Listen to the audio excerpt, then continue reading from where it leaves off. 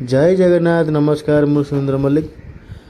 बर्तमान विजु स्वास्थ्य कार्ड बंद होगा जाऊँगी एवं ता बदल में गोपबंधु जन आरोग्य योजना एवं आयुष्मान योजना परी यही सब लागू हो जाऊँगी। देखो आयुष्मान योजना एवं जन आरोग्य योजना क्यों मैंने पाइबे आपण मैंने केमी आवेदन करेंगे कौन रही क्राइटेरिया केते वर्ष आपण पाइपर केते टंका एवं कौन कौन रही संपूर्ण तथ्य जानवा भिडियोटी शेष पर्यंत देखा अनुरोध करुच्ची। देखु आमर गोपबंधु आरोग्य योजना को जनहितकारी योजना अटे। 70 वर्ष अधिक वयस्क लोक यही गोपबंधु आरोग्य योजना रे लाभ नहीं पारे एवं बाकी रहा आयुष्मान कार्ड योजना। देखु 70 ऊर्ध्व वयस्क लोक जो अच्छा प्राय 3.5 कोटी लोक पाइपर आमर गोपबंधु आरोग्य जन आरोग्य योजना लाभ पाइपर एवं आयुष्मान योजना रे प्राय 70 लाख परिवार उपकृत हे एवं गोपबंधु जन आरोग्य योजना रे प्राय 33 लाख परिवार उपकृत हे एवं देखो पुरुष 5 लाख रही है स्त्री लोक 10 लाख रही।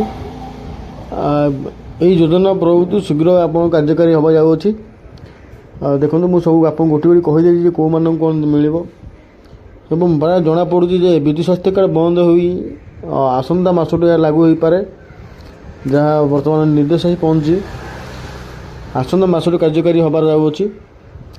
देखो आपण मैंने जदि आपंकर आधार कार्ड मोबाइल लिंक करना तो निकटस्थ आधार केन्द्र जाए मोबाइल नंबर लिंक कर दिंतु मे भी हो पारे लागू भी हो पारे कि नहीं आपंकर आधार कार्ड रे मोबाइल नंबर लिंक थी आवश्यक होता ही पारे जेहेतु आपंकर यहाँ एक जनमंगलकारी कार्यक्रम अटे कौन प्रकार भयभीत हबार नहीं जेपर्यंत आयुष्मान भारत एवं गोपबंधु जन आरोग्य कार्ड लागू होना से पर्यंत आपंकर विजु स्वास्थ्य कार्ड बंद हो नहीं एवं विजु स्वास्थ्य कार्ड बंद होगला या लागू कर दिया लोक कौन प्रकार असुविधा हे ना सरकार निर्देश अच्छी कौन प्रकार लोक भयभीत हूँ ना बहुत शीघ्र यार पदक्षेप नि जहाँ आनुमानिक कर आसंता मास लागू हो पारे। वीडियो को लाइक और सब्सक्राइब करने भूलें नहीं। यदि आपको वीडियो भल लगी तो अल्प बहुत शेयर करूँ। रखुची जय जगन्नाथ नमस्कार।